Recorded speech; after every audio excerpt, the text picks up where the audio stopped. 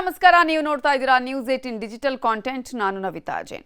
ಇವತ್ತಿನ digital content ಅಲ್ಲಿ ನಿಮ್ಗೆಲ್ಲರಿಗೂ ಕೂಡ ಯಾರ್ಯಾರು ಚಿನ್ನ ಪ್ರಿಯರಿದ್ದೀರೋ, ಯಾರ್ಯಾರು ಚಿನ್ನವನ್ನ ಖರೀದಿ ಮಾಡಬೇಕು ಅಂತ ಅಂದ್ಕೊಂಡಿದ್ದೀರೋ, ಬೆಳ್ಳಿಯ ಬೆಲೆ ಯಾವಾಗ ಕಡಿಮೆ ಆಗುತ್ತೆ ಅಂದ್ಕೊಂಡಿದ್ರು ಅವರೆಲ್ಲರಿಗೂ ಕೂಡ ಗುಡ್ ನ್ಯೂಸ್. ಅದರ ಬಗ್ಗೆ ಮಾಹಿತಿಯನ್ನು ಕೊಡ್ತಾ ಹೋಗ್ತೀನಿ. ನೀವು ನ್ಯೂಸ್ 18 ಕನ್ನಡದ ಯೂಟ್ಯೂಬ್ ಚಾನಲ್ ಅನ್ನು ಸಬ್ಸ್ಕ್ರೈಬ್ ಮಾಡಿಲ್ಲ ಅಂತ ಹೇಳಿದರೆ ಸಬ್ಸ್ಕ್ರೈಬ್ ಮಾಡಿ, ಜೊತೆಗೆ ಲೈಕ್, ಶೇರ್, ಕಾಮೆಂಟ್ ಅನ್ನು ಕೂಡ ಮಾಡಿ. ಅಷ್ಟು ಮಾತ್ರ ಅಲ್ಲ, ನ್ಯೂಸ್ 18 ಕನ್ನಡದ ಫೇಸ್ಬುಕ್ ಪೇಜ್ ಹಾಗೆಯೇ ಇನ್ಸ್ಟಾಗ್ರಾಮ್ ಪೇಜನ್ನು ಫಾಲೋ ಮಾಡೋದನ್ನು ಮರಿಬೇಡಿ. ಚಿನ್ನದ ರೇಟ್ ಯಾವಾಗ ಕಡಿಮೆ ಆಗುತ್ತೆ, ಬೆಳ್ಳಿ ದರ ಇಳಿಯೋದೇ ಇಲ್ವಾ ಅಂತ ಕಳೆದ ಕೆಲ ದಿನಗಳಿಂದಲೂ ಕೂಡ ಕಾಯ್ತಾ ಇದ್ದವರಿಗೆ ಸೂಪರ್ ಗುಡ್ ನ್ಯೂಸ್. ನೀವು ಕೂಡ ಭರ್ಜರಿಯಾಗಿ ಬಂಗಾರ ತಗೊಳ್ಳೋ ಪ್ಲಾನ್ ಏನಾದರೂ ಮಾಡ್ತಾ ಇದ್ರೆ ನಿಮ್ಗೊಂದು ಗುಡ್ ನ್ಯೂಸ್. ಹರಿಯಪ್. ಯಾಕಂತ ಹೇಳಿದ್ರೆ ಕಳೆದ ಕೆಲವು ದಿನಗಳಿಂದ ಗೋಲ್ಡ್ ಮಾರ್ಕೆಟ್ ಅಲ್ಲಿ ಶುರುವಾಗಿರೋ ಪ್ರೈಸ್ ಡ್ರಾಪ್ ಟ್ರೆಂಡ್ ಇವತ್ತು ಅಂತ ಹೇಳಿದ್ರೆ ಮಾರ್ಚ್ 23ರಂದು ಕೂಡ ಕಂಟಿನ್ಯೂ ಆಗಿದೆ.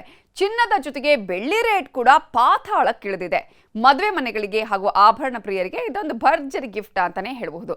ಭಾರತದ ಪ್ರಮುಖ ನಗರಗಳಲ್ಲಿ ಚಿನ್ನ ಮತ್ತು ಬೆಳ್ಳಿಯ ದರದಲ್ಲಿ ಗಣನೀಯ ಇಳಿಕೆ ಆಗಿರೋದಕ್ಕೆ ಕಾರಣ ಅಂತಾರಾಷ್ಟ್ರೀಯ ಮಾರುಕಟ್ಟೆಯಲ್ಲಿನ ಬೆಳವಣಿಗೆಗಳು, ಅಮೆರಿಕ ಇರಾನ್ ನಡುವಿನ ಉದ್ವಿಗ್ನ ಪರಿಸ್ಥಿತಿ. ಇದುವೇ ಇನ್ವೆಸ್ಟರ್ಸ್ ಅಲ್ಲಿ ದೊಡ್ಡ ಮಟ್ಟದ ಆತಂಕಕ್ಕೆ ಕಾರಣ ಆಗಿತ್ತು. ಅದರ ನೇರ ಎಫೆಕ್ಟ್ ಆಗಿರೋದು ದೇಶೀಯ ಮಾರುಕಟ್ಟೆಯ ಮೇಲೆ. ಹಾಗಾಗಿ ಚಿನ್ನದ ಬೆಲೆ, ಬೆಳ್ಳಿಯ ಬೆಲೆಯಲ್ಲಿ ಇಳಿಕೆಯಾಗಿದೆ. ಇವತ್ತು ಚಿನ್ನ ಬೆಳ್ಳಿಯ ದರ ಎಷ್ಟಿದೆ ಅಂತ ನೋಡ್ತಾ ಹೋಗೋದಾದ್ರೆ 23ನೇ ತಾರೀಕು 24 ಕ್ಯಾರೆಟ್ನ 10 ಗ್ರಾಂ ಚಿನ್ನದ ಬೆಲೆ ಸುಮಾರು 1,37,790 ರೂಪಾಯಿಯ ಆಸುಪಾಸಲ್ಲಿದ್ರೆ, ಆಭರಣ ತಯಾರಿಕೆಗೆ ಬಳಸುವಂತಹ 22 ಕ್ಯಾರೆಟ್ ಚಿನ್ನದ ಬೆಲೆ ಪ್ರತಿ 10 ಗ್ರಾಂಗೆ 1,26,215 ರೂಪಾಯಿ ಅಷ್ಟಿದೆ. ಇನ್ನು ಚಿಲ್ಲರೆ ಮಾರುಕಟ್ಟೆಯಲ್ಲಿ 24 ಕ್ಯಾರೆಟ್ ಚಿನ್ನದ ಬೆಲೆ 13,565 ರೂಪಾಯಿ 1 ಗ್ರಾಮ್ಗಾದರೆ, 22 ಕ್ಯಾರೆಟ್ ಚಿನ್ನದ ಬೆಲೆ 1 ಗ್ರಾಮ್ಗೆ 12,435 ರೂಪಾಯಿ ಇದೆ. ಅದೇ ರೀತಿ 18 ಕ್ಯಾರೆಟ್ನ ಚಿನ್ನದ ಬೆಲೆ 1 ಗ್ರಾಮ್ಗೆ 10,174 ರೂಪಾಯಿ ಇದೆ. ಇನ್ನು ಎಲ್ಲೆಲ್ಲಿ ಎಷ್ಟು ದರ ಇದೆ ಚಿನ್ನ ಬೆಳ್ಳಿಯಲ್ಲಿ ಅಂತ ನೋಡೋದಾದ್ರೆ, ಸಿಲಿಕಾನ್ ಸಿಟಿ ಅಂತ ಕರೆಸಿಕೊಳ್ಳೋ ಬೆಂಗಳೂರಲ್ಲಿ ಚಿನ್ನದ ದರದಲ್ಲಿ ಬದಲಾವಣೆಯಾಗಿದೆ.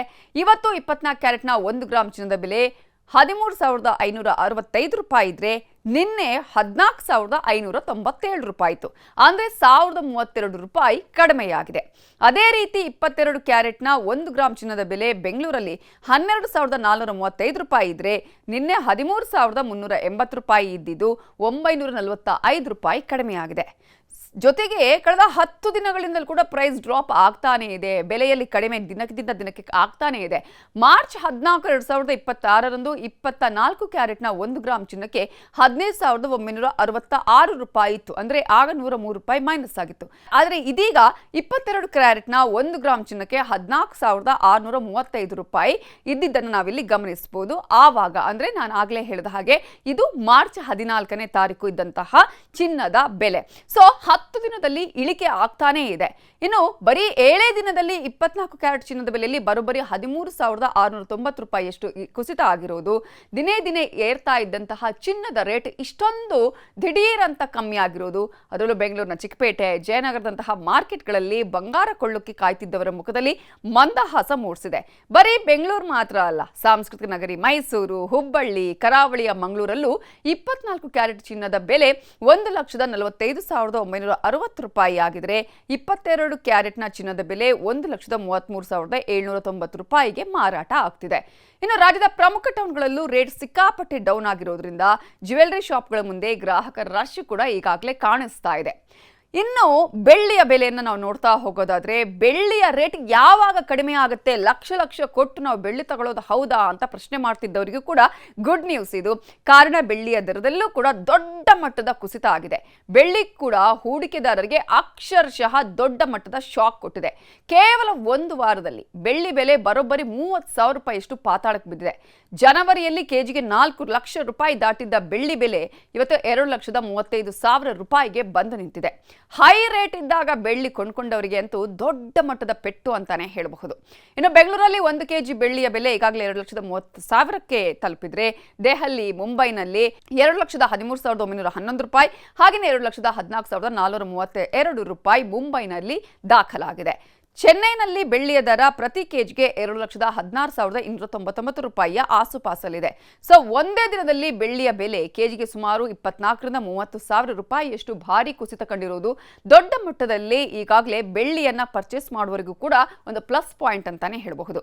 ಹಾಗಾದ್ರೆ ಯಾಕೆ ಇಷ್ಟು ದೊಡ್ಡ ಮಟ್ಟದಲ್ಲಿ ಬೆಲೆ ಏರಿಕೆಯಲ್ಲಿ ಆಗ್ತಾ ಇದ್ದಿದ್ದು ಒಂದೇ ಸಲ ಇಳಿಕೆ ಆಯಿತು ಅಂತ ನೋಡೋದಾದ್ರೆ, ಜಾಗತಿಕವಾಗಿ ಡಾಲರ್ ಮೌಲ್ಯದ ಏರಿಳಿತ, ಕೇಂದ್ರ ಬ್ಯಾಂಕ್ಗಳ ಬಡ್ಡಿ ದರದ ನೀತಿಗಳೇ ಈ ಬೆಲೆ ಇಳಿಕೆಗೆ ಮುಖ್ಯ ಕಾರಣ ಅಂತ ವಿಶ್ಲೇಷಣೆ ಮಾಡಲಾಗ್ತಿದೆ. ಆರ್ಥಿಕ ತಜ್ಞರು ಕೂಡ ಇದನ್ನ ಹೇಳ್ತಿದ್ದಾರೆ. ಹೀಗೆ ದಿಢೀರ್ ಅಂತ ಬೆಲೆ ಕುಸಿಯೋಕೆ ಅಸಲಿ ಕಾರಣ ಡಾಲರ್. ಅಂತಾರಾಷ್ಟ್ರೀಯ ಮಾರುಕಟ್ಟೆಯಲ್ಲಿ ಡಾಲರ್ ಸ್ಟ್ರಾಂಗ್ ಆಗ್ತಿದೆ. ಜೊತೆಗೆ ಜಾಗತಿಕ ಬ್ಯಾಂಕ್ಗಳು ಬಡ್ಡಿ ದರಗಳ ವಿಚಾರದಲ್ಲಿ ಫುಲ್ ಟೈಟ್ ನಿಲುವನ್ನ ತಳೆದಿರೋದು, ಕಚ್ಚಾ ತೈಲದ ಬೆಲೆ ಏರಿಕೆ ಆಗಿರೋದು, ಹಾಗೆಯೇ ಒಂದು ಅನ್ಸರ್ಟಿನಿಟಿ ಇರುವಂಥದ್ದು, ಹೂಡಿಕೆದಾರರು ಚಿನ್ನ ಬಿಟ್ಟು ಡಾಲರ್ ಕಡೆ ಮುಖ ಮಾಡ್ತಿರೋದೇ ಈ ಎಲ್ಲ ಕುಸಿತಕ್ಕೆ ಕಾರಣ ಅಂತ ಹೇಳಲಾಗ್ತಿದೆ. ಇನ್ನು ಸೋಮವಾರದ ಆರಂಭಿಕ ವಹಿವಾಟಲ್ಲೇ ಭಾರತೀಯ ಮಾರುಕಟ್ಟೆಯಲ್ಲಿ ಚಿನ್ನ ಮತ್ತು ಬೆಳ್ಳಿಯ ಬೆಲೆಯಲ್ಲಿ ಭಾರಿ ಕುಸಿತ ಆಗಿದ್ದು ಹೂಡಿಕೆದಾರರು ಆತಂಕ ಆಗಿದ್ದಾರೆ. ಇದು ಬೆಲೆಗಳ ಮೇಲೆ ನೇರ ಪರಿಣಾಮ ಬೀರಿದೆ. ಇನ್ನು ನಮ್ಮ ರಾಜ್ಯದಲ್ಲಿ ಶುಭ ಕಾರ್ಯ ಶುರುವಾಗೋ ಟೈಮಲ್ಲೇ ಚಿನ್ನ ಮತ್ತು ಬೆಳ್ಳಿ ಅಗ್ಗ ಆಗಿರೋದು ಸಾಮಾನ್ಯ ಜನರಿಗೆ, ಮಿಡ್ಲ್ ಕ್ಲಾಸ್ ಫ್ಯಾಮಿಲಿಗಳಿಗೆ ದೊಡ್ಡ ರಿಲೀಫ್ ಕೊಟ್ಟಿದೆ. ಆದರೂ ಅಂತಾರಾಷ್ಟ್ರೀಯ ಮಾರುಕಟ್ಟೆಯಲ್ಲಿ ದಿನಕ್ಕೊಂದು ಬದಲಾವಣೆ ಆಗ್ತಿರೋದ್ರಿಂದ ನಾಳೆ ಬೆಳಿಗ್ಗೆ ಎದ್ರೆ ರೇಟ್ ಎಷ್ಟಾಗುತ್ತೋ ಮತ್ತೆ ಗಗನಕ್ಕೇರಿದ್ರು ಕೂಡ ಅಚ್ಚರಿ ಇಲ್ಲ. ಬಟ್ ನೀವು ಲಾಂಗ್ ಟರ್ಮ್ ಅಂದ್ರೆ ದೀರ್ಘಾವಧಿಗೆ ಏನಾದರೂ ನೀವು ದುಡ್ಡು ಇನ್ವೆಸ್ಟ್ ಮಾಡೋ ಪ್ಲಾನ್ನಲ್ಲಿದ್ರೆ ಈ ಟೈಮಲ್ಲಿ ನೀವು ದುಡ್ಡು ಇನ್ವೆಸ್ಟ್ ಮಾಡೋದು ಸಖತ್ ಲಾಭ ತಂದುಕೊಡುತ್ತೆ ಅಂತ ಮಾರ್ಕೆಟ್ ವಿಶ್ಲೇಷಕರು ಹೇಳ್ತಾ ಇದ್ದಾರೆ. ಬೆಲೆ ಇಳಿದಿರುವ ಈ ಸಂದರ್ಭವನ್ನ ಸ್ಮಾರ್ಟ್ ಆಗಿ ಯೂಸ್ ಮಾಡ್ಕೊಳ್ಳಿ ಅಂತ ಹೇಳ್ತಾ ಇದ್ದಾರೆ. ಭವಿಷ್ಯದಲ್ಲಿ ಒಳ್ಳೆ ರಿಟರ್ನ್ಸ್ ಕೂಡ ಗ್ಯಾರಂಟಿ ಅಂತ. ಬಟ್ ಈಗ ಯಾರ್ಯಾರು ಹೂಡಿಕೆದಾರ ಮಾಡಿದ್ರಲ್ಲ ಅವರಿಗೆ ಇದು ಟೆನ್ಷನ್ ಅನ್ನ ತಂದಿಟ್ಟಿದೆ. ಕ್ಷಣ ಕ್ಷಣಕ್ಕೂ ಬೆಲೆಯಲ್ಲಿ ಬದಲಾವಣೆ ಆಗ್ತಿದೆ. ಮತ್ತೆ ಜಾಸ್ತಿ ಆದ್ರೂ ಕೂಡ ಅಚ್ಚರಿ ಇಲ್ಲ.